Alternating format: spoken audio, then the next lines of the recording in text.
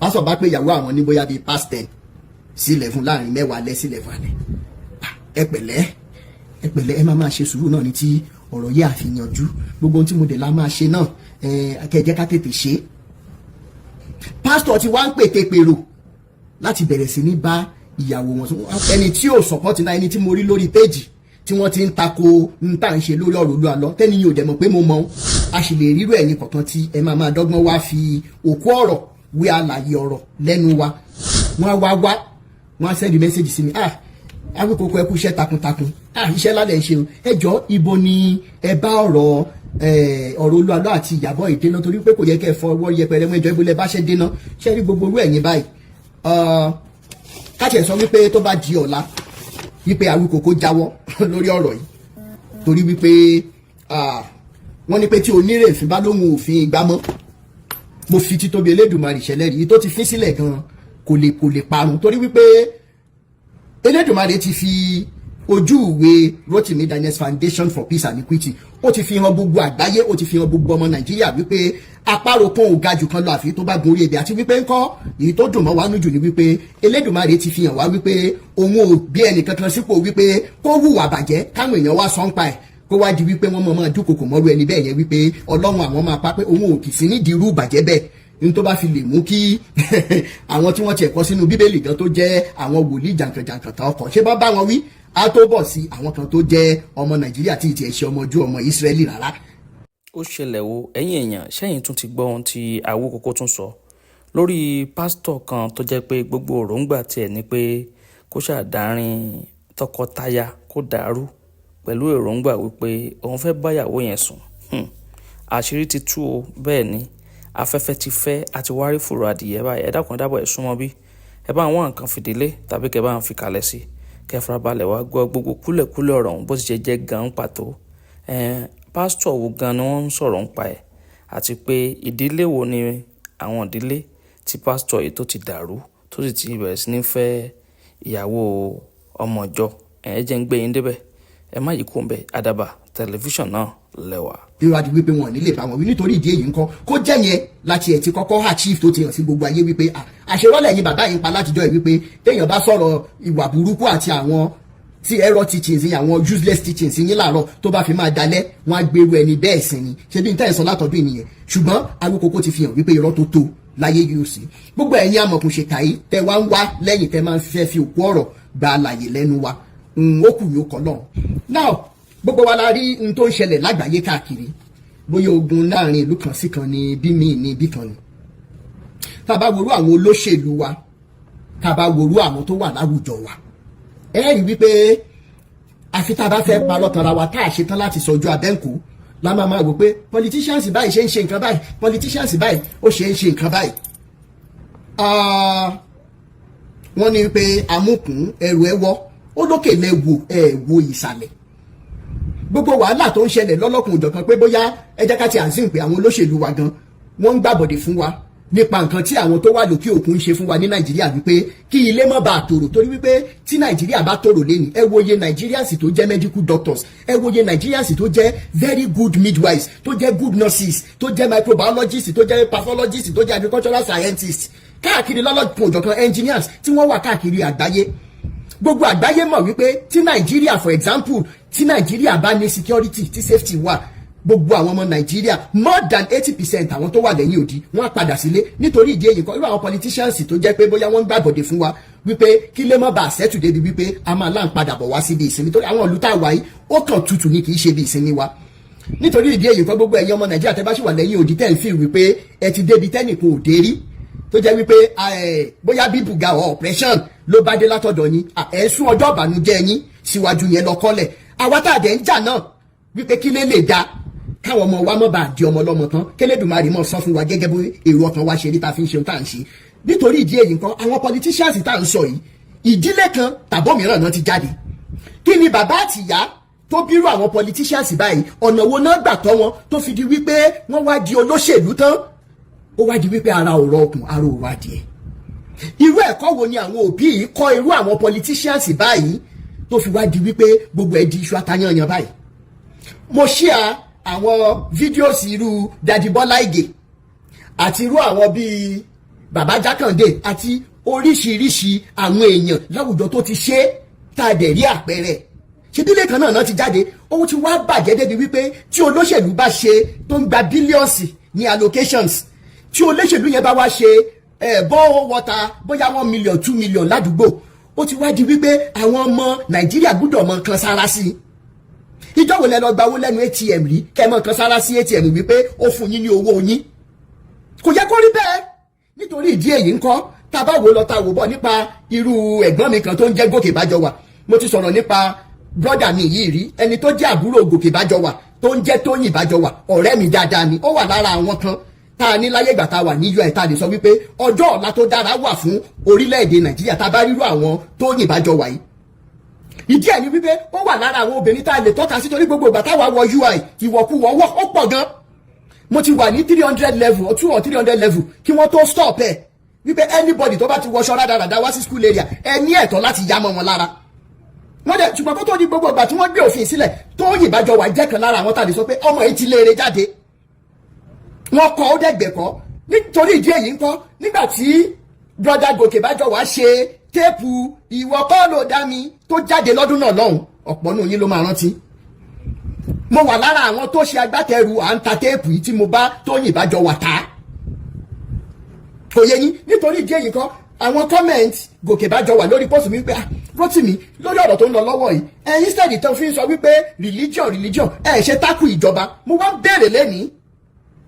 àwọn ìjọba wa àwọn tó ń ṣèjọba látòrí the list bóyá sister local government deputy local government ni o dórí senator ni o dórí house of assembly ni o dórí governor ni o dórí presidency ni ẹjọ́ torí Ọlọ́run gẹ́gẹ́ bá a ti ṣe mọ̀ wípé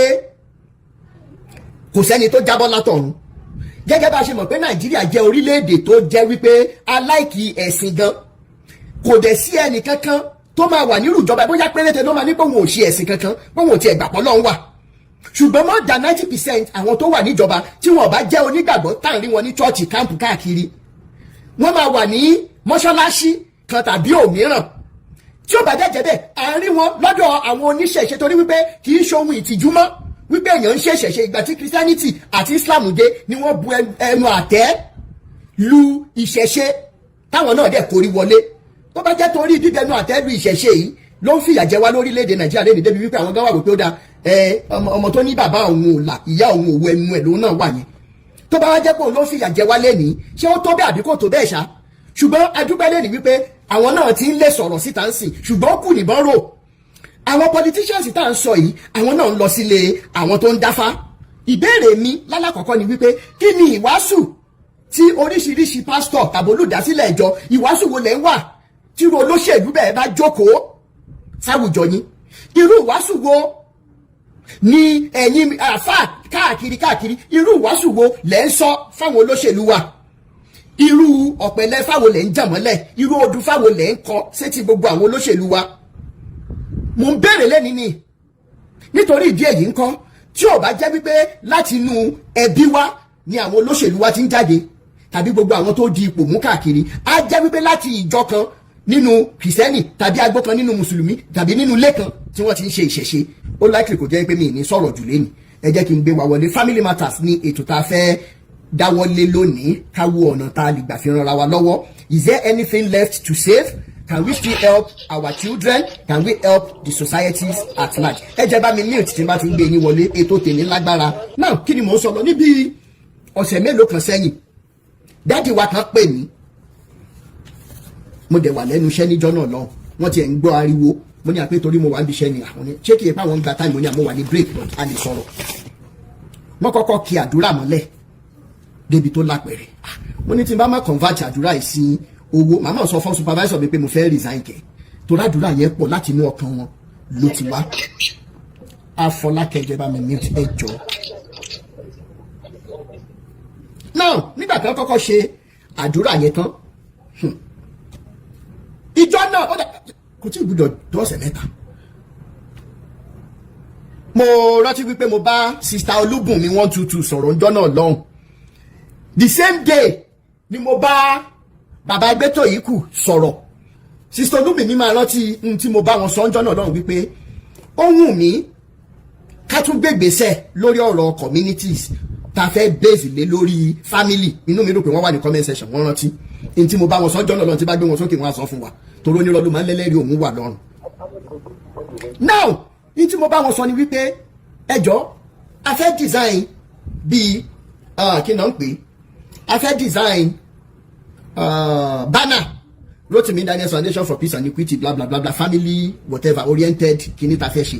adẹ̀jọ́ dúnàdúrà wọn fún mi ní very beautiful ideas. Now bí mo ṣe bá wọn sọ̀rọ̀ tó ń jọ yẹn ni arákùnrin tí mo fẹ́ sọ yìí ni wọ́n send message wípé àwọn fẹ́ bá mi sọ nǹkan kan wọ́n bí àdúrà yẹn ilẹ̀kùn ṣe ló wá dàbí ìgbà tí pé ọ̀rọ̀ tí mo bá sister Olúbùnmi sọ àti bàbá Bẹ́tẹ̀ ikú pé I need the design bye inú wọn dẹ̀dọ̀ sí idea yìí pé n ta lè ṣe ni kí dẹ̀ la fẹ́ ṣe ni wípé irú ọjọ́ Sunday sí nítorí wọ́n ní tá bá máa gbàkàrà lọ́wọ́ ọmọdé àátọ̀ oyin sí ẹ̀gbẹ́ a fẹ́ mọ̀ ṣe interfamily game competitions ní irújọ́ Sunday yẹn irú àwọn competition tó máa include kí bàbá àti ìyá kí wọ́n represent family wọn tí wọ́n bá dẹ̀ ti play game yẹn tán ìbáàjẹ́ ludo kọ́kọ́ àtìyàwó jọ fèsì ọkọ àtìyàwó mi tàbí ayò ọlọ́pọ́n tàbí chess tàbí table tennis tàbí anything tó bá ṣá any game tó bá ṣá máa jẹ́ wípé ọkọ àtìyàwó ló máa represent home wọn. Very beautiful idea bí mo dẹ̀ ṣe bá wọn sọ̀rọ̀ tán ni bẹ́ẹ̀ ni know your spouse. Now bí mo bá wọn sọ̀rọ̀ tán mo ní bóyá bíi 7-8 minutes left on my break ni message dáàdi yìí wọlé pé ṣé àwọn lè pè mí mo ní àmúdẹ wa ní iṣẹ́ break time ọ̀yà kẹjẹ ká sáré sọ̀rọ̀ wọ́n kọ́kọ́ fi bíi 2 minutes ṣàdúrà tó kìlọ̀ mo ní sá ẹjẹ ká sáré sọ̀rọ̀ tá a fẹ́ sọ torí wípé mo máa tó padà sẹ́nu iṣẹ́. wọ́n lọ bínú àwọn ṣe dùn tó ní wípé báwọn ṣe ń bá mi sọ̀rọ̀ pé ilé àwọn ò bá ti dàrú wípé bọ̀ àwọn rí fídíò kan nínú fídíò yẹn mi ì tí ì ṣe dread báyìí mo ní òtútù ló jẹ́ kí n máa fi irun mi lẹ̀ torí pé ibi tí mo wà ó jẹ́ area tó jẹ́ pé nínú winter in fact temperature ọbẹ̀ máa ń go as low as -52 ẹ bá mọ̀ tún mọ̀ -52 you will understand that àwọn freezer Nigeria ń yájú lásán freezer Nigeria bóyá -5 -10 I am talking about -52 mo ní sọ kí n mọ̀ jẹun ò wọ́pọ̀ kò ṣeé ṣe fún mi mọ́ so ó ní first cap mo ṣáà ṣàlàyé fún wọn ó dẹ̀ wà pa mo ní fídíò wo nìyẹn kò tiẹ̀ nira rárá láti fi fóònù mi wọ́n fi play ẹ̀ fún mi kí ni mo sọ nínú fídíò yìí kí ló ṣẹlẹ̀ sí dájú wa yìí wọ́n ní wípé àwọn wo fídíò yẹn ní gbogbo ìgbà táwọn wo fídíò yẹn ní last year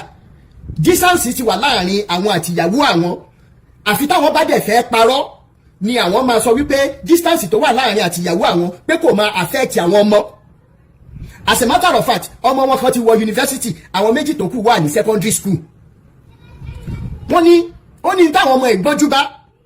ṣùgbọ́n gbà tó di wípé separation yẹn bẹ̀rẹ̀ sí ní wà and this is a separation that you can't even see and it takes being humble to admit it. If you're not humble enough as a man, ó di gbére nìyẹn. It will get to a stage where you say, you know, whatever will happen should happen. Kó kálukú máa dàrú. Wọ́n lè wọ́n wá bá fídíò yẹn pàdé. Mo title fídíò yẹn ní she needs me time. Mo wá lo orin tìmí dákọ́lò ní ṣẹ̀ṣẹ̀ bẹ̀rẹ̀. Orin kí ni title orin yẹn náà? Ẹ̀yin mélòó lẹ rántí orin tìmí dákọ́lò yẹn tó dùn gan-an? Kí ni mo fún orin yìí ṣe náà? Mo ṣáà lo orin yìí tó ṣe bí wedding báyìí.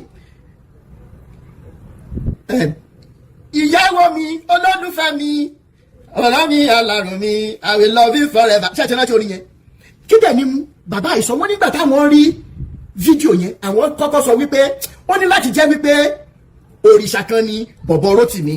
Mo ní kí lẹ rí sà wọ́n ní wípé truly àwọn ni fídíò yẹn bá wí. Mo ní kí lẹ mean sà wọ́n ní wípé lóòótọ́ àwọn máa ń láìkí káwọn hang out pẹ̀lú ọ̀rẹ́ àwọn kì í ṣe pé bóyá àwọn ń kóbìnrin. Now àwọn máa wá lọ ẹ bá ti ṣe tán bí iṣẹ́ ní 4 ó di bóyá bí 9-10 káwọn tó wọlé ìgbà ní ìgbà ìkanra làwọn tó máa bá wọlé. In all fairness this was a man ṣe bẹ́ẹ̀ ká ní pé kéèpé wọn fẹ́ sọ̀rọ̀ síta ni àwọn dandan ló yẹ kí n gbé wá kí n wá sọ mo dẹ̀ gbà tí mo lè kàn rọ sọ bí story fan wọn ní kí n ṣe pé ó máa help families mi mo ní mo ti gbọ́.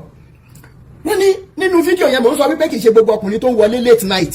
ló ń kóbìnrin ṣùgbọ́n lómi kàn fẹ́ níta ìyẹn ó ti wá di routine even gan táwọn ọ̀rẹ́ wọn míì gan bá láwọn lọlé àwọn ló máa láòkè jẹ́ ọtún fẹ́ jẹ́ kájọ jókòó jẹ́ kájọ máa sọ̀rọ̀ irú wọn lẹ máa rí lórí òkè Mọ́kọ́lá nìbàdàn kì í ṣe gbogbo wọn ló ń kóbìnrin kẹ́yìn obìnrin ẹ̀yìn ìyá wa kẹ́ ẹ mọ̀ lẹ́ni ṣùgbọ́n ó ti di routine mo kàn ṣáà fẹ́ kúrò nù léṣà. meanwhile gbogbo ìgbà tí wàhálà yẹn ti wá ń ṣẹlẹ̀ ìyàwó àwọn náà ti gbé gbèsè wípé ẹ dúró ná arákùnrin ṣé kìí pé kinní kan ìyàwó àwọn ti ń tojú bọlé lórí ọ̀rọ̀ pásítọ̀ pásítọ̀ ti sọ fún ìyàwó wọn wípé àwọn ti lẹ́lòmíì síta wípé tí òun á ṣiṣẹ́ kí ojú ọkọ wọn lè wálé. Kábíyèsí Ọlọ́run ká má fa ọ̀rọ̀ gùn, àwọn wá ṣe kí ni, àwọn wo fídíò yẹn ẹ̀rí ọkàn dẹ̀ jẹ́ àwọn. Ìbílẹ̀ JP Alájà, thank you. Kí má fa ọ̀rọ̀ gùn, ibi tí àwọn ti ń ṣe fàájì lọ́wọ́ nírọ̀lẹ́ ọjọ́ yẹn ni àwọn ti rí fídíò yẹn. Àwọn pẹ̀lú ọ̀rẹ́ àwọn méjì làwọn jọ wo fídíò yìí. Àní tilẹ̀ ń tọ́lọ́ pé àwọn mẹ́tẹ̀ẹ̀ta dẹ̀ agree wípé nǹkan tí àwọn ń ṣe fáwọn ìyàwó àwọn ò dá o. Wọ́n dẹ̀ ní ẹ̀rí ọkàn. Wọ́n ní Mr. Rotimi, àwa mẹ́tẹ̀ẹ̀ta làwọn mọ̀ pé àwọn ní marital issues. Báwọn dẹ̀ ṣe ń bá mi sọ̀rọ̀ níjọ́ yẹn, marital issues yẹn ti lọ odò lọ́mọ mi. Torí pé àwọn wo fídíò yẹn wípé arábìnrin àwọn nìkan ló máa ṣiṣẹ́, òun náà ṣiṣẹ́, wọ́n jọ ń san bills ilé ni. Wọ́n á tọ́jú àwọn ọmọ, wọ́n á bá wọn ṣe assignment àti oríṣiríṣi nǹkan míì extra. Ìkan lára wọn, wọ́n ní pé ọ̀rẹ́ àwọn kan tún sọ wípé tí bàbá àti ìyá àwọn bá tún nílò táìmù fún nǹkan kan, ìyàwó òun ló tún máa tún lọ. Ó máa mọ ibi tó máa gbé àwọn ọmọ sí láti lọ tọ́jú bàbá àti ìyá àwọn. Á dáná fún wọn ni, á ṣe ọbẹ̀ ni. Nígbà táwọn wá wo fídíò yẹn tó ń jọ yẹn, àwọn mẹ́tẹ̀ẹ̀ta sòótọ́ ọ̀rọ̀ fúnra wọn. Níta ń ṣe yìí ò dáa, ibo ni ká ti mú ọ̀rọ̀ ìgbọ́. Alájà Ìrọ̀rùn Manchester, oh my God, ẹ má bínú, okay, mo máa chat yín mà, ọlọ́wọ́ amọ́jọ́ jìnnà síra, ẹ pẹ̀lẹ́, ẹ kú àtẹ̀mọ́ra. Wọ́n dẹ̀ gbé gbèsè, wọ́n wá pè mí jọ ẹ wípé ká ní àwọn ò tètè rí irú fídíò yẹn káwọn dẹ̀ tún gbé, torí ọ̀tọ̀ ni pé kí wọ́n bá yàn sọ̀rọ̀, ọ̀tọ̀ ni kẹ́ni yẹn gan fúnra ẹ̀ kó mú un lò. Àwọn mú advice yẹn lò, àwọn bẹ̀rẹ̀ sí ní ṣètò ìyàwó àwọn pé but pastor sọ wípé anyway kò tètè sọ̀rọ̀. Finally ìyàwó àwọn làwọn wípé ó dáa ní gbogbo ilé ìtẹ́ wá náìsì yìí, kí ni nǹkan tó ṣẹlẹ̀ gan. Wọ́n ní fídíò arákùnrin kan báyìí. Ìyàwó wọn náà dẹ̀ ti ń follow mi láti gbà yẹn. Finally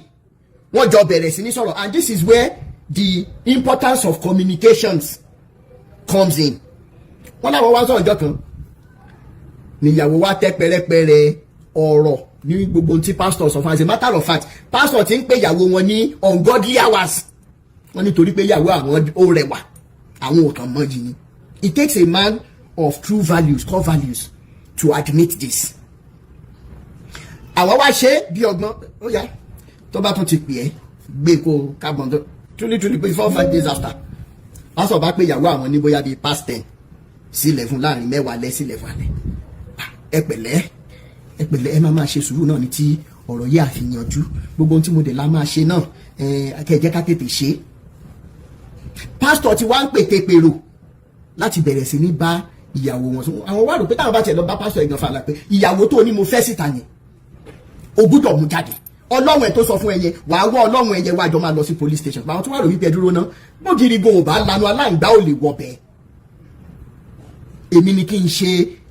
ìyàwó mi dáadé, èmi ni kí n tọ́jú ilé mi. Wọ́n wá ní láti gbà yẹn báwọn fẹ́ lọ ṣe fàájì lásán. One of the things tí wọ́n láwọn kọ́kọ́ ṣe,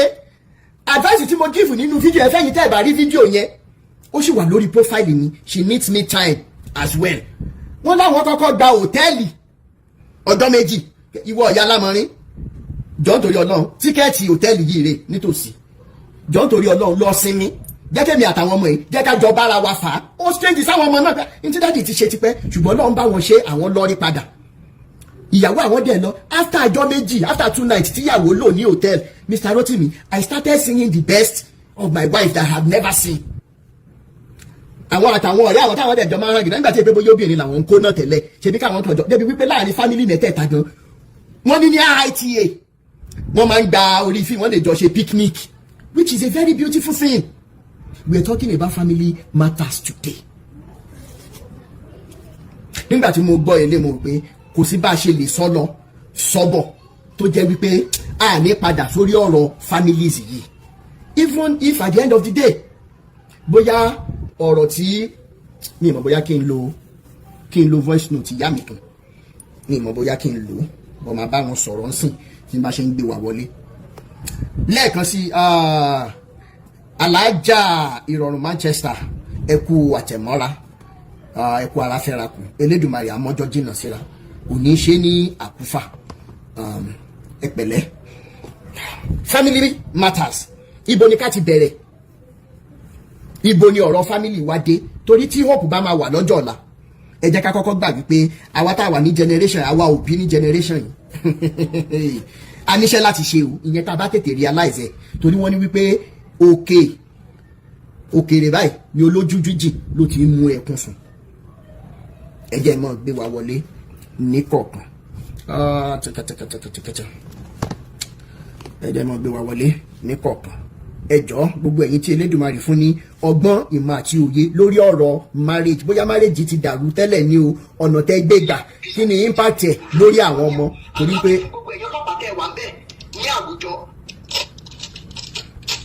ẹnìkan ń gbọ́ fídíò wa lọ́wọ́. ẹ jọ̀ọ́ ẹ jẹ́ ká jọ ṣe, èmi nìkan ò lè dá ṣe, pàápàá jùlọ ẹ̀yin tẹ́ ẹ ti marry tàbí tẹ́ ẹ ti marry rí, kí ló ṣẹlẹ̀, ipa wo lẹ kó, kí ni tó ṣẹlẹ̀, ọ̀nà wo ni ẹ̀yin tó dàbí pé bóyá ẹ marry rí ẹ jà ẹ dẹ̀ tún wá parí ìjà yẹn, ọ̀nà wo lẹ́gbà fi parí ẹ̀, ẹ jẹ́ kí a gbọ́ lẹ́nu wa lẹ́nu, kí ni ipa tí n tó bá ń ṣẹlẹ̀ nínú marriage ní lórí àwọn ọmọ wa, ok, lórí àwọn ọmọ wa. Sister mi Ebony, ẹ jẹ́ kí n kọ́kọ́ gbé yín wọlé. Family matters ètò ní family matters, ẹ ṣe ẹ kalẹ̀ ma. Yes ma. Yes ma. ẹ wò adúpẹ́ jà yìí. Àmín. Nǹkan tí èmi fẹ́ sọ ni pé lórí family gẹ́gẹ́ bí ọmọdé ti tèmi nínú family, number one a gbọ́dọ̀ jẹ́ kí ìfẹ́ wà, because ìfẹ́ ló máa jẹ́ kí àwọn ọmọ máa mọ bá ṣe tó, ìfẹ́ ló máa mọ bí àwọn ọmọ wa mọ́ ṣe máa mọ̀ báwo náà ṣe máa wùwà. Like n sìn nígbà tí bàbá àti ìyá tí wọn ò bá kí ń fẹ́ ríra wọn, first thing àwọn family mi wà tó jẹ́ wípé ẹ lè rí wọn kí bàbá àti ìyá kan jíjọ jẹun papọ̀, kò dẹ̀ kó rí bẹ́ẹ̀. Most family, àwọn family kan wà tó jẹ́ wípé kò sí bó ṣe máa ṣe tí ọkọ ò bá dé, like me o, tọkọ mi ò bá sí ara màá mọ̀ pé kò sí ara, bọ̀ tó bá jáde kò sí condition tó máa mú mi pé mo fẹ́ jẹun kó tó dé, bóyá ibi yẹn pa mí o bóyá kò pa mí o, mo mọ̀ ní sùúrù mo fi dé kí n tó lè jẹun. Nígbà irú àwọn nǹkan bẹ́ẹ̀ ni àwọn ọmọ ń wò ó ṣe wípé bóyá wọ́n fẹ́rẹ́ tí ìfẹ́rẹ́sáàní tí ẹ̀ bá wáyé, àwọn ọmọ yẹn tó bá ti rí pé bóyá like this nǹkan tó bá mú mi tí bá fi jẹun wọ́n máa béèrè pé wọ́n tàbọ̀ wọ́n máa béèrè lọ́wọ́ mi ni. So ẹ mọ̀ pé irú nǹkan bẹ́ẹ̀ yẹn ó ti ń hàn sáwọn ọmọ yẹn pé nǹkan kan ṣẹlẹ̀ láàárín bàbá àti ìyá. Meanwhile kò yẹ kó dẹ̀ máa rí bẹ́ẹ̀, because ẹsẹ̀ tá a bá ń gbé òun làwọn ọmọ yẹn náà step yẹn náà máa gbé follow, òun náà máa follow, àwọn náà máa wò wípé nǹkan táwọn parents àwọn ń ṣe yìí ó right,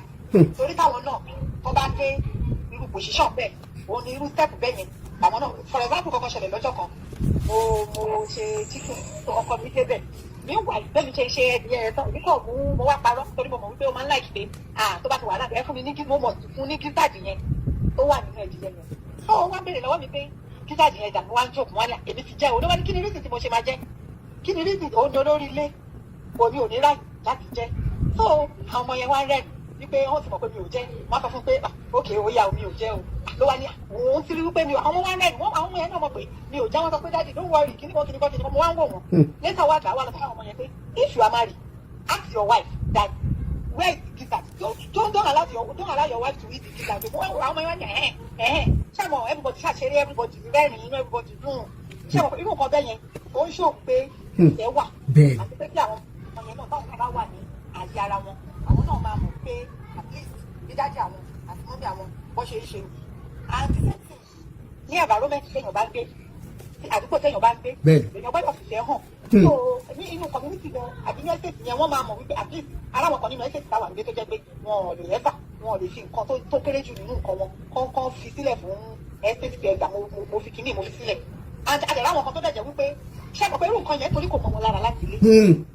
torí pé kò mọ̀ wọn lára láti ilé kò sí nǹkan téèyàn lè ṣe sí, kò sí nǹkan téèyàn lè ṣe sí torí kò mọ̀ wọn lára láti ilé, they cannot give out. Àdàrà àwọn kan tó dẹ̀jẹ̀ wípé kò sí kí nǹkan yẹn kéré jù báyìí wọ́n máa wò wípé ok ẹ jẹ́ ká fún community, ẹ jẹ́ ká fún estate, ẹ jẹ́ ká fáládùúgbò, ẹ jẹ́ ká torí kí nítorí pé ìfẹ́ yẹn wà ní. So irú nǹkan bẹ́ẹ̀ yẹn inú ilé ló fi máa ń bẹ̀rẹ̀. Àwọn ọmọ tá a dẹ̀ bí láyé ìsìn ní nǹkan tá a bá ṣe òun ni wọ́n máa kó ṣe pé ó di ìgbà tó bá dé school kó tó bá ṣe nulẹ̀ nǹkan yẹn like irú ọmọ mi sì tó bá kó provision tó bá kó start lọ sí school ọmọ mi máa fún wọn tán ní class ni nítorí wípé nǹkan téèyàn ti fi kọ́ wọn nílé ni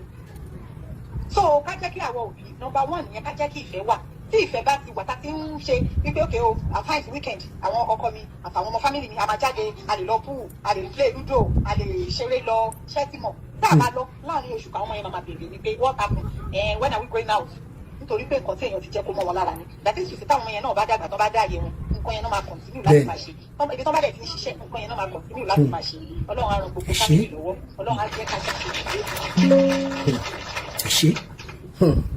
ẹ ti gbọ́ nǹkan tí ìyáàfin wa sọ ẹ má gbàgbé mo sọ nǹkan kan pé tí ògiri family ò bá lanu ní ọ̀pọ̀ gbà aláǹgbá religion negative impact of religion kò lè wọ family wa ẹ jẹ́ kí n gbé ẹ ṣe sister Ebony mo really appreciate you fún wonderful contribution ìfẹ́ ó ṣe pàtàkì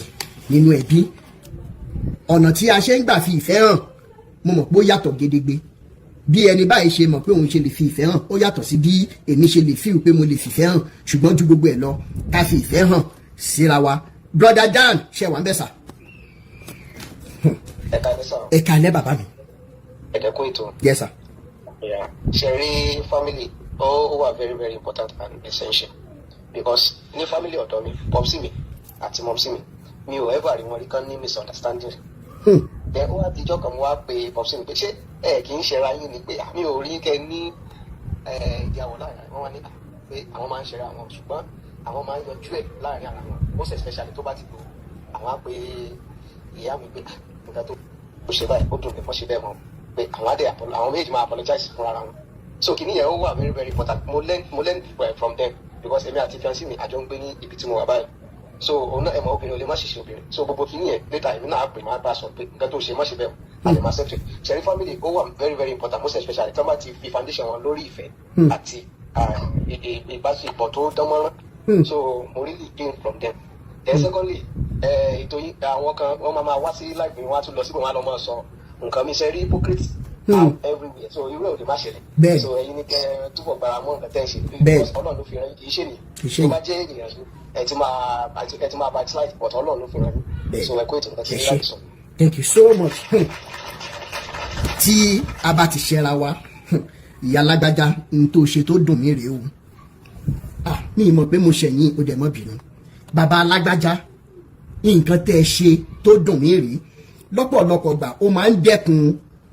ọ̀nà tí àwọn nǹkan kéékèèké tó lè gbàdí ní ńlá nínú ẹbí tá a di wípé mi ìjẹ́ fẹ́ gbọ́ nǹkan mọ́ mi ìfẹ́ ṣe nǹkan kan ẹ ṣé thank you so much brother Dan mo really appreciate you brother no sister Wúrà ṣe wà ń bẹ̀ mo ń bọ̀ síta lèbi sister Wúrà ẹ̀yin ló kàn Wúrà ṣe wà ń bẹ̀ Folówó ṣẹlẹ́ṣẹ̀ wà ń bẹ̀ brother mi. ẹ mọ̀ kálẹ̀ bàbá mi. ẹ kú ètò ẹ̀kọ́ ọjọ́ mẹ́ta sá. ìjọ kan pẹ̀lú bàbá mi. kò ní bàjẹ́ lágbára ọlọ́run. àṣẹ Èdùmàrè. ọba ti bẹ̀rẹ̀ ọlọ́run á máa bá yín tẹ̀síwájú. àṣẹ Èdùmàrè. yéṣu wa kò ní rẹ̀ wá. àmín. nípa fámìlì ọlọ́run kó gbàdúrà gbogbo wa. àmín. ti ọ̀rọ̀ fámìlì tó ti kọ́kọ́ bẹ̀rẹ̀ níbi relationship ọlọ́run má jẹ́ kí ẹnìkọ̀ọ̀kan wá ṣèyàn tàbí ká ṣègbè because bí a bá lè ti ṣe mistake ó difficult láti correct. With my own experience, my own personal experience, I will advise everybody pé ká tó yàn ká take time dáadáa. Professor nìkan sọ pọ́n gbà kan Professor Akínnáwó lórúkọ ó ṣiṣẹ́ pẹ̀lú èyí. Ó ní tó bá fẹ́ mọ irú obìnrin tí ọmọkùnrin like ó ní nǹkan méjìlá fi mọ̀. Irú obìnrin tí ọmọkùnrin like ó ní tó bá ń raṣu lọ́jà irú iṣu tó bá ń rà tó bá lè gbé tó kéré tó short tó ṣe lòmúlòmú kò tí mọ̀ pé èèyàn tó sanra tó kúrú ló máa fẹ́. tó bá dẹ̀ ṣe pé tó gbìn tó sílè ẹ̀ tí mọ̀ pé tó ga tó sílè ló máa fẹ́. ó ní ìkejì irú ìyá ọkùnrin lọkùnrin máa ń fẹ́ láti fẹ́. tí a jẹ́ tó ga ló máa fẹ́ tó ga bí a bá jẹ́ tó kúrú ọmọkùnrin máa láìpẹ́ tó kúrú fẹ́ ká fi sọ́wọ́ òsì ká máa fi jẹun. ó tún wá sọ kan ó tẹ́ bá fẹ́ fẹ́ àwọn pé àwọn tá jẹ́ ọ̀dọ́ tá ti máa rí gbà yẹn pé obìnrin tí bàbá àti ìyá ọba ti gbé papọ̀ pé ẹ má fẹ́ o because ọmọbìnrin náà ó máa ti nígboyà pé sísí ya òun lè dá àwọn tọ́ pé tó náà bá tọkùnrin kan bá ṣe mọ̀nàmọ́ná òun lè dá àwọn tọ́ láti ní courage láti lé ìyá ẹgbẹ́ tí bí àwọn ọ̀pọ̀lọpọ̀ tọ́jú àwọn so òun nìkan náà lè ṣe so irú wọn yẹn wọn kì í ní ìfaradà láti dúró pẹ́ ilé ọkọ most of the upbringing this will come wash out ṣùgbọ́n tí wọ́n jẹ́ kátó pé unfortunate thing for me myself láti experience àti kátà irun kan báyìí èmi jẹ́ nìkan tó gbé mo láìka àti máa dáná wọ́n bá sí lọ bí iṣẹ́ because hairdresser ni kó tó dé àti ṣoúnjẹ pé mi fẹ́ káwọn ọmọ jẹun late máa ṣoúnjẹ káwọn máa ṣe títẹ̀ máa tọ́jú ẹ̀ fún ìgbà míì tí bá wà nílò sí ti mi ò lọ bí iṣẹ́ torí iṣẹ́ mi báyẹn máa ní off òye tuntun bá ṣe anything too strange tàbí jẹ́ ní oṣù torí máa ń try láti experiment máa sì ń kíní ẹ̀ máa lọ máa fi ránṣẹ́ sí bíṣọ̀pù ẹ̀ inú ẹ̀dẹ̀ máa dùn ó máa fi àwọn èèyàn ọkàn ló ṣe lé ọkàn ló ṣe lé we love each other tó yẹ kó dé stage kan mo ń kọ́ irun dídì lọ́wọ́ ẹ̀ free time mi kúdẹ̀ train mo dẹ̀ mọ irun àdìmọ́lẹ̀ táwọn àgbà yẹn mo dẹ̀ mọ́ ṣe bó gbà tí nǹkan máa ṣẹlẹ̀ ńkọ́ I lost the job my main job everything bẹ́ẹ̀ change ebi pé owó lé díwà rówó sọmọ separation afẹ́ kù ó wá sọ pé pé kan ó ní kẹjẹ ká lọ sí ilé mọ́mí òfin ká lọ máa gbé lọ́dọ̀ mọ́mí mi ní mi ò lè ṣe mo ní because mi ò jẹ́ ìgbàdúrà kí n sun lọ́jọ́ kan yí àná kí n jí láàárọ̀ kùtù àná máa kọ́ dọ̀bálẹ̀ kí a nílẹ̀ Yorùbá wọ́n lẹ́gbẹ́ bá sùn yá àná kó orí àkìtàn ló sùn mi ò lè ṣe o kó jẹ́ báyìí kó jẹ́ ká lọ sí ìlú wa ilé wa bẹ̀ kàlá dẹ̀ ṣiṣẹ́ tuntun á padà àbí ká lọ́jọ́ fún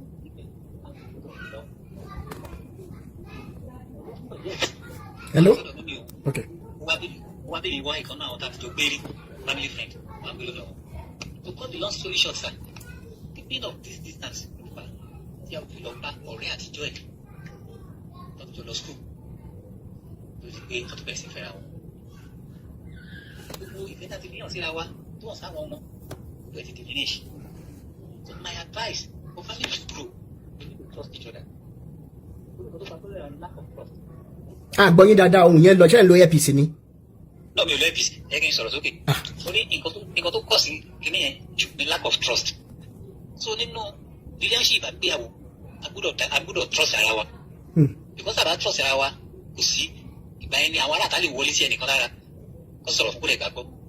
bẹ́ẹ̀ tó bá yẹ kó ti trust ẹnì kejì ẹ̀ kò sí nǹkan tó lè sọ fún láyè kò ní gbàgbọ́. so pàtàkì jùlọ nínú ìgbéyàwó a gbọ́dọ̀ mọ̀ra wa dáadáa. ká ní ìdájú pé yes lágbájá nǹkan báyìí ló lè ṣe nǹkan báyìí ló lè ṣe torí kẹ́mi pẹ̀lú ẹ̀ tó fẹ́ra mo jẹ́ kó yẹ wípé àárẹ̀ obìnrin ni mo wà ó gbogbo obìnrin máa ń bá ṣeré tí bá yàn rajà lásán before you know it àti the family friend mo dẹ̀ mú wá gbàtọ́ pé mo ń ṣe kọ́ọ̀sì OAU yẹn because part time mo ṣe àwọn ladies àjọ ń lọ school tó yẹ pé tó bá wá láti Kútọ́nù ọ̀dọ̀ mi náà máa dé sí mo pé kó wá mọ̀ wọn pé àwọn tó máa rí pẹ̀lú mi nìyí o kò sí nǹkan kan láàrin wa ẹ̀kọ́ ló pa á pọ̀ ṣùgbọ́n we trust ní ẹ̀ ló fa separation wa so gbogbo àwọn tó bá fẹ́ àfẹ́tọ́ tó wà ní ìgbéyàwó ẹ jẹ́ ká tún ilé wa kọ́ pẹ̀lú pé ká mọ ara wa dáadáa ká tẹ̀ ní ìfẹ́ ká ní ìgbẹ́kẹ̀lé nínú ara wa gbà lágbájá nǹkan báyìí ló lè ṣe lágbájá báyìí nǹkan báyìí ló lè ṣe kí n má parọ́ fún yín sà ó ń fẹjọ́ mi sọ ẹni tó dàbí bàbá fún mi nínú ìgbéyàwó wa wípé mò ń fẹ́ ẹnìkan tó mọ̀ ra èso lọ́dọ̀ ẹ̀ ní bus stop wa kò dẹ̀ rí bẹ́ẹ̀ nígbà tó wá di pé kí ni tó ti wá di ọmọ tó ti boomerang mo wá pe bàbá yẹn lọ́jọ́ tí mo gbé ìgbésẹ̀ pé bàbá nǹkan tó ní mò ń ṣe mi ò ṣe o. ẹ jẹ́ kí n béèrè nǹkan kan sà tó dé ṣe rí pọ́ǹtì tẹ́ wá mú yìí kí ni irú àwọn eré wo lẹ máa ń bá ẹni yẹn ṣe tàbí kí ni closeness báwo ni closeness yín ló ṣe tó débi wípé ìyàwó yín máa wá suspect pé bóyá ẹ̀yìn àtẹni yẹn torí ṣẹlọ kí ni yẹn máa ń fa wàhálà gan lọ́pọ̀ gbà mo dẹ̀ fẹ́ jẹ́ káwọ ọkùnrin learn ṣóye yín wípé ó dàbí bàtẹ́ pé ó máa ní límìtì bí tá a máa bá obìnrin míì ṣeré mọ́ débi wípé kò ní fa pé obìnrin wá ń ro rárá tó máa wá feel unsafe ẹ jẹ́ ẹ bá wa tanná sí ibẹ̀ yẹn. nǹkan tó ṣẹlẹ̀ ni pé tí mo fi sọ̀rọ̀ nípa trust ẹni yìí èso ló ń tà ní bus stop. èmi dẹ̀ ti gbọ́ àwọn program tó sọ pé ká tó jẹ oúnjẹ a gbọ́dọ̀ jẹ èso bíi 1 hour before the meal time. tí n bá ti close ibi iṣẹ́ ilé ní straight mi ò ń lọ anywhere tí n bá close ní 5 àdélé 5:30 tí n bá dẹ̀ délé 5 mi ò jáde lẹ́yìn ó sì mọ́ mi lára sí tí n bá ti wọlé látàárọ̀ tí mo ti wà nílé nítorí pé mi ò lọ iṣẹ́ lẹ́yìn mi ò jáde mi ò sílẹ̀kùn mi rárá jáde síta látàárọ̀ mi ò rí daylight pé kí n kàn lọ síta so that's the type of person I am tí n bá ti wọlé mi ò tún lọ anywhere mọ́ so tí n bá ti wá débi ọ̀dọ̀ eléso yìí bus stop tó jẹ́ pé ó ṣe ń gbé watermelon lọ́wọ́ kó tó di pé ṣíṣe máa hùn màá sáré grab ilé tí mo fẹ́ tí màá mú lọ lé àwọn mú pé títí mi ò pé kí n jẹ́ ń bẹ̀ so that time máa fi délé láti máa lọ síbi 30 minutes máa kàn dúró 30 minutes máa jẹun so máa fún wọn tí wọn pé táwọn bá ti jẹun ti tó délé after 1 hour àwọn tó máa jẹ so mo ṣe program ẹni àwọn bẹ́ẹ̀ sọ yìí tó ń rí mi ń bẹ̀ kì í ṣe pé mo jókòó orí ìdúró ni máa wá o and obìnrin dẹ̀ ní ara àwọn spirit kókó ni ti Christ apostolic church sorry the apostolic church ló ń lọ choir member ni ibi òde ẹ̀dẹ̀dẹ̀ mọ̀ yẹn but kò sí nǹkan tá a fẹ́ sọ ju pé gbogbo àwọn kọ́sọ́mà tó wà ń bẹ̀ wọ́n jọ máa ń ṣeré sọ̀rọ̀ èmi ò kúrò wájú débi tí màá sọ fún mi fẹ́ jókòó orí ìdúró yẹn máa ti jẹ watermelon tí bá fẹ́ jẹ kí n tó gbé ilé tí mo fẹ́ gbé lọlé àwọn èèyàn tó ń rí mi ló lọ ń sọ àpapọ̀ yẹn wà ń bọ̀ sọ kíní kan ṣe kíní kan gbogbo information yẹn lòún fi ń react. ẹ jẹ́ ká sọ báyìí torí wọ́n ní ẹjọ́ ẹni ò kì í jẹ́ tẹni ká máa mọ̀ dá ṣàmọ̀ wípé tẹ́ bá sọ fún ìyàwó yín nílé wípé ẹ kàn fẹ́ lọ ra èso ni tó wá di wípé ìgbà tẹ́ wá dé bẹ́ẹ̀ lóòótọ́ lọ́kàn titi yín ẹ mọ̀ pé kò sí nǹkan kan dúró ẹ fẹ́ ra èso gẹ́gẹ́ bí ọkọ tó níyàwó ńlé ṣe mọ̀ wípé tẹ́ bá wá lẹ̀ lọ ra èso ẹ̀ ń lo bóyá bíi 30 minutes 1 hour tẹ́ kàn dúró síbẹ̀ mi rò wípé ẹ fún ìyàwó yín ní àǹfààní láti trust yín because ó máa dàgbà tó yẹ pé bóyá ẹ mọ̀ pé ọ̀tọ̀ ní tẹ́ máa sọ action yín dẹ̀ máa sọ nǹkan mi ẹ̀yin gangan lẹ́mọ̀ lọ́kàn yín wípé kò sí nǹkan kan so níbi yẹn bóyá gbogbo ìgbà yẹn ẹ̀ bá ti wá àjọsí irú nǹkan bẹ́ẹ̀ yẹn gan tẹ́ bá fẹ́ lọ ra èso sà bóyá ẹ̀ bá ti ó yá jájọ lọ something like that tẹ́ bá dẹ̀ débẹ̀ àní tilẹ̀ ń tọ́lọ́ obìnrin mi ò tiẹ̀ wá fẹ́ nǹkan mi ju pé kí àfún mi ní respect mi kí àfún mi ní respect mi bóyá nǹkan tó ṣẹlẹ̀ nìyẹn ṣó yẹ yín torí mo fẹ́ jẹ́ ká kẹ́kọ̀ọ́ mi ìfẹ́ ká gbọ́ lẹ́ni again kí gbogbo wa kàn tún lọ bẹ́ẹ̀ láì ṣe pé bóyá kẹ́ because target wa lẹ́ni ni wípé if some parents will listen to us today most especially women àwa ẹ̀yin tẹ́ ti marry and everything tá a bá lè swallow pride wa lẹ́ni we have the target of making the lives of our children better interfere target lẹ́ni nìyẹn mi ò dẹ̀ fẹ́ jẹ́ ká kàn tún gbọ́ ká lọ lásán ṣòye wa so irú nǹkan bẹ́ẹ̀ yẹn ẹ ṣe ẹ̀yin náà dẹ̀ ti mọ̀ wípé next time ẹ ní jẹ́ kí closeness ẹ̀yin àtobìnrin míì kó wá di pé ó máa mú àìní àlàáfíà àìnílera bá ìtẹ́ ní sí ìyàwó ilé anáwọ̀ ọkùnrin gbà ní ó máa ń ṣẹlẹ̀ sóbìnrin náà o èyí tó ṣẹlẹ̀ sẹ́mi láyé UI máa ṣí àì pẹ̀lú wa lẹ́nu orúkọ ọmọ yẹn gan máa dá so ohun tí mò ń try láti sọ ni wípé bó ṣe ń ṣẹlẹ̀ lọ́kùnrin náà ló ń ṣẹlẹ̀ lóbìnrin kò sí nǹkan kan láàrin wa ọ̀rẹ́ mi ni. ó tún dé church ẹ̀ta jọ kọrin láti jẹ́ ní vocalist ó tún suspect wọ́n ló máa jọ ẹ̀kọ́yà torí main church lèmi wà nígbà yẹn mò ń wà ní youth wọ́n ló máa jọ ẹ̀kọ́yà main church lórí kó máa bọ̀ ó ní ó dẹ̀ pé mò ń fẹ́ wọn èmi dẹ̀ ní mi ò dá o ṣùgbọ́n mo ṣàkóso mi kàn lè kẹnu sí ìyẹn ó yẹ kó mọ̀ pé mi ò kàn ń sọ̀rọ̀ sí ìyẹn ní àwọn bí mo ti make up mind mi I can't do such a thing no church torí láti kékeré mo ti sọ pé ẹ̀ẹ́dẹ́gbẹ̀rẹ́ bá ti wà ní church láyé mi lè kẹnu sí because èèyàn ní free ó ṣẹlẹ̀ sí gbàgbà pé tí o ti máa rí ọmọ kan tó ti target òṣìṣẹ́ mẹ́mbà wa o òun target ẹ̀ àjọ orúkọ ẹ̀ ọjọ́ ta pàdé church àpò ní láti sí ẹ̀ then we became family friends nígbà tí àwọn àgbàyà church wa fún ọmọ yìí lóyún tọrọ délé ìyá ẹ̀ bá mi jà bí Samson ó ṣẹ̀ mi àwọn ti gbà pé mi ni mo fẹ́ ọmọ èmi pé mi mo fẹ́ ọmọ èmi wọn dẹ̀ pé mi ti ní òfin pé internet tó wà ní anything group or band I cannot date so wọ́n á sọ fún ìyá èmi kọ́ mo lóyún àbúrò ọmọ ẹ ló ń dìfẹ́ ìdí pé bàdà Samson kọ́ ló lóyún wọ́n ti gbà pé Samson ló lóyún nígbà tó wọ́n pè mí délé wọn ìyá ní Samson ò ṣẹ̀ mí àwọn ṣẹ̀ ó ní mọ́mì nǹkan tí mi lè sọ fún yín pé ó ń fẹ́ máa yẹn ni wípé tí bá sọ ádàá pé torí pé mo ti bá òun àbí kò gbà fún mi èmi fẹ́ make a move tẹ́lẹ̀ but because of ẹ̀ láti jẹ́ wà quiet I will never do such bí àwọn family ẹ̀ ṣe bínú sí mi nìyẹn o bínú dáàdi ẹ̀ custom mi ó ti plan àti help me skin the custom officer kó promote mi kó ṣe gbẹ ẹ̀bà tó ní pé mi kọ́ mo ṣe ṣé ẹnìkan béèrè ní comment section bẹ́ẹ̀ ṣe ń kọrin ní church yẹn ṣó tiẹ̀ nígbà kankan tẹ́ máa ń kọrin fún ìyàwó yín lé. àgbàdo ìyẹn mo lọ́ọ́ ṣe jù máa forúkọ ẹ̀ kọrin máa forúkọ ọmọ kọrin gbogbo ẹ̀ máa ṣe ẹ àti lè sọ̀rọ̀ 30 minutes máa forí sí débi pé ìkan náà àwọn ọmọ mi náà sìn òun gan ló sọ fún mi gbàtà ríra pé pé ìyẹn náà kọrin o gbogbo nǹkan tí mo ṣe ìyẹn náà ìjọ mi gan gbogbo nǹkan tí mo ṣe ló ṣe ó sọ̀rọ̀ ó ń kọrin kò jẹ́ kó bá dùn kò ṣe kéré kan ó wá ń wò pé ṣàṣìlè padà ṣá òun fúnra ẹ béèrè ó ti bímọ fẹ́ lómi ok ẹ jẹ́ ká sọ bá ṣe mọ̀ wípé tí wọ́n bá kó 100% broken relationships or marriages ìjọ tí wọ́n bá ní pé kí ẹni báyìí wá sọ̀rọ̀ most times ọ̀pọ̀ gbà ló jẹ́ pé ẹni tó ní kó wá sọ̀rọ̀ yẹn ó máa right I don't right most times but only few times ló jẹ́ wípé èèyàn máa admit wípé nínú relationship ẹ̀bí mi lélẹ̀ nǹkan tí mo ṣe lélẹ̀ tí relationship yẹn fi break ó dẹ̀ dìgbà tá a bá tó admit mistake wa ká tó lè successfully avoid the mistake ibi tá a ti ń bọ̀ pé kó má ṣẹlẹ̀ níbi tá a ń lọ especially tá a bá nífẹ̀ẹ́ ẹni yẹn dáadáa so inú mi dùn pé ẹ̀yin náà ti mọ ibi tẹ́ ti bù díẹ̀ kù nínú ibi tẹ́ ti ń bọ̀ ibi tẹ́ bá wá lọ sìn ẹ make sure wípé closeness yín pẹ̀lú obìnrin míì ẹ ti ìsàfún rárá pátápátá ẹ ṣe ẹ jẹ́ ká mọ̀ kọ́lẹ̀ o ẹ jẹ́ definite and intentional live video là ń ṣe yìí ẹ jọ̀ọ́ nítorí Ọlọ́run nítorí kíni torí àwọn ọmọ wa ẹ jọ̀ọ́ nítorí Ọlọ́run torí àwọn ọmọ wa ẹ jẹ́ kí n fún wa nìkan kí n tó gbé ẹlòmíì wá sókè lórí ọ̀rẹ́ mi ni láyé ìgbà tí mo wà ní UI àwọn tájọ jẹ́ akẹgbẹ́ nígbà yìí bóyá tán bá ń wò wá wọn á mọ tí mò ń sọ yìí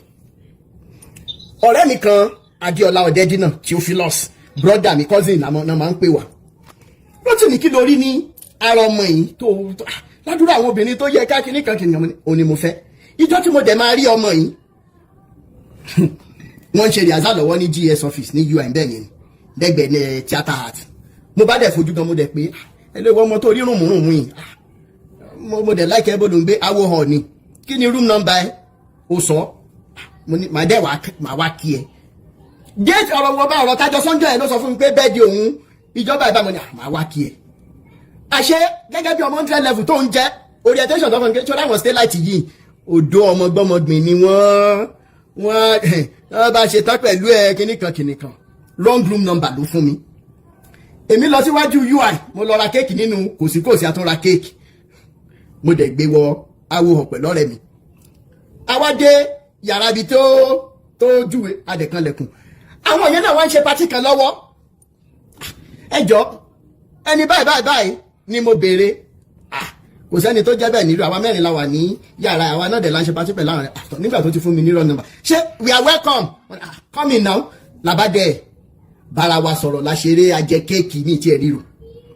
a ti jáde tán ní F block ní yàrá yẹn jọ́nà lọ third floor ẹni tó bá máa wò hàn dáadáa òun ti story dáadáa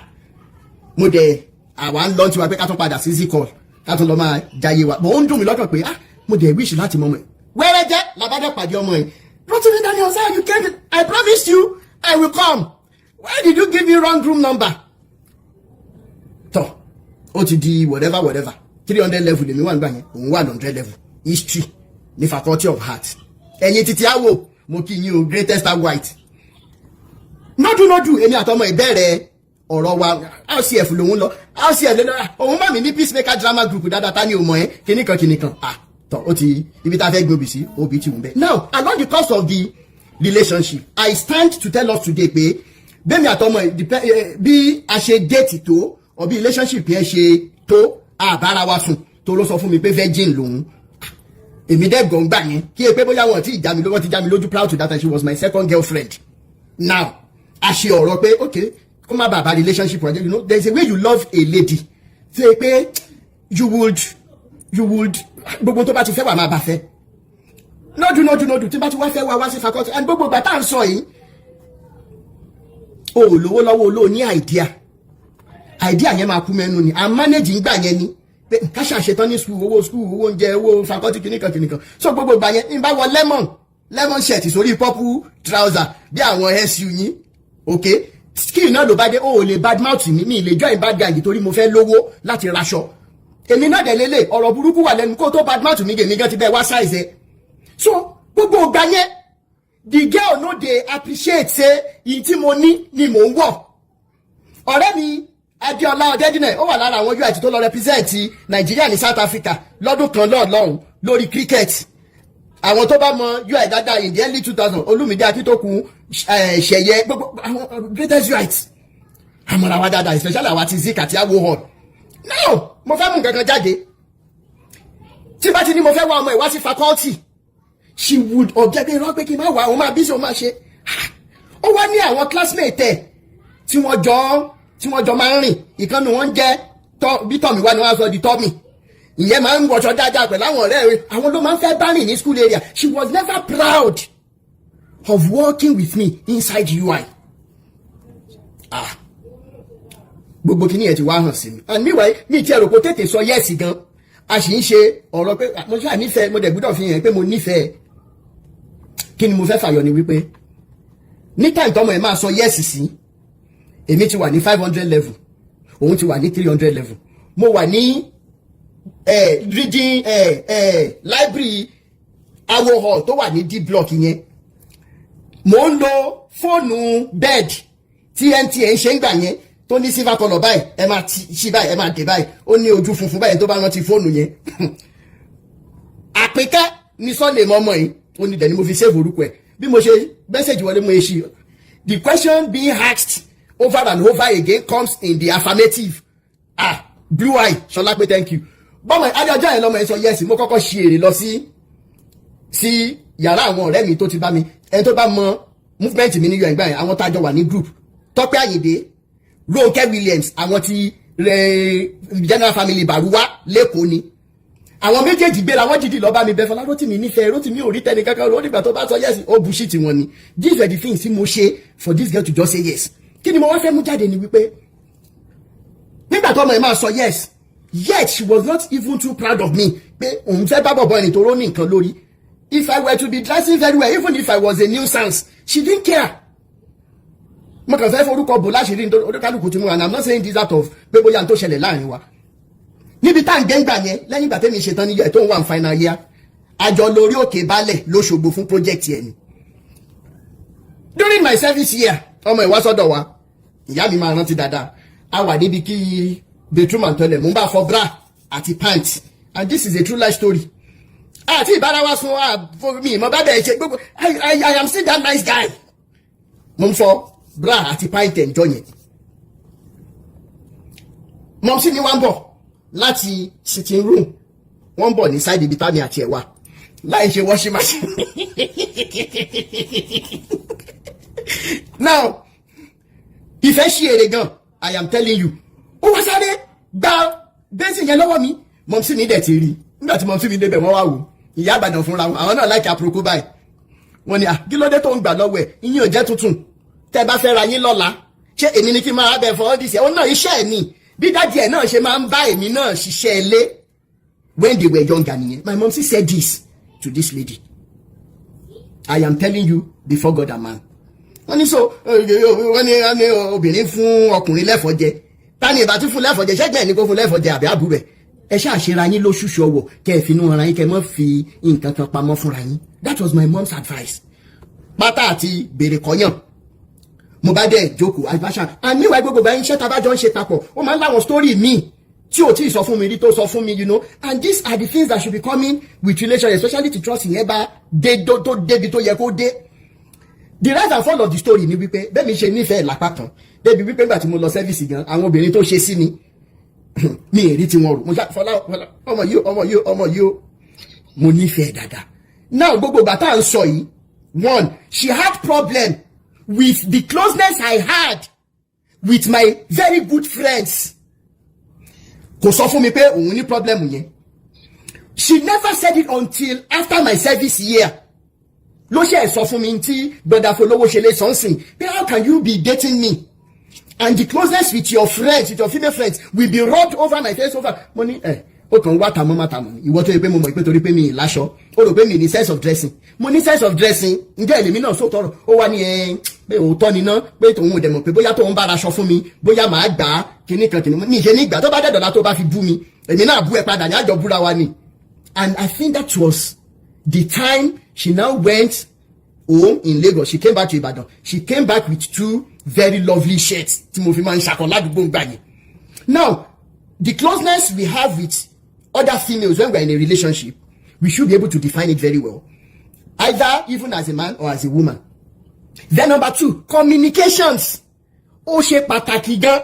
ìjọ tẹ́mi àti ẹ̀wá aráyé sọ̀rọ̀ yẹn pé so inú ẹ̀ ò dùn pé mi àti Tọ́pẹ́ àti Rónkẹ́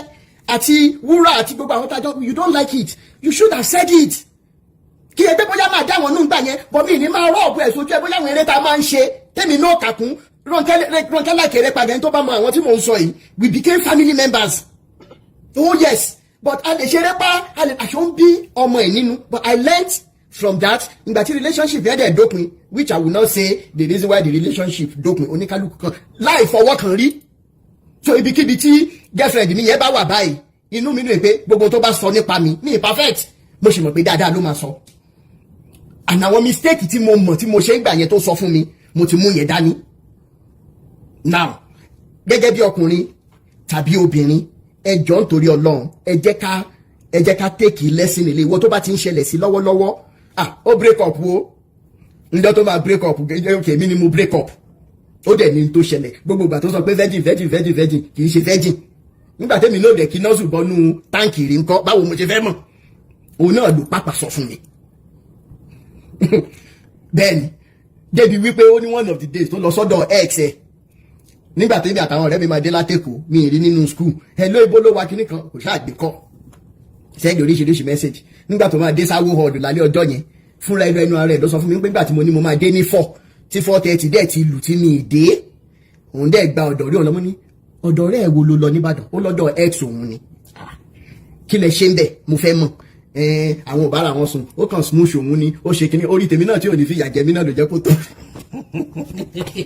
ẹja fọ̀rọ̀. Múyìwá Adégòkè lórúkọ mi àmì kọ̀mpútà kọ́ tó bá wù ní máa pè mí ẹlòmíà ní London ẹlòmíà ní Amẹ́ríkà ẹlòmíà ní Canada àmọ́ ju gbogbo ẹ̀ lọ àní o má jẹ́ tìrì o ti sọ̀rọ̀ tí ń lọ nílé ayé sórí ẹ̀dá tó bá wà nílé ayé tí ò gbọ́ ròyìn ó máa ń fi ìyà jẹrẹ àìní àtìmọ́lé ayé ló wà wo tó bá fẹ́ gbọ́ ròyìn tó fẹ́ gbọ́ bó ṣe ń lọ ní sísẹ̀ntẹ̀lé Àdàbà TV ni o tún nu ẹ̀ sí tó o bá ti sí ń bẹ̀ ó sì ń bì kankan. Kamilu lele yo Mr. Composer o ẹ̀yin olólùfẹ́ mi ire ayọ̀ ti wọ̀lú wá ire wo ni ire online tv Àdàbà YouTube channel òun ní kẹ́ mọ́ owó tẹ́ bá ti kílìkì gram yóò direct yín ẹ like ẹ share ẹ comment kí ẹ wá mọ views kí views yóò yapa Àdàbà YouTube channel òun ní kẹ́ mọ́ owó God bless you all.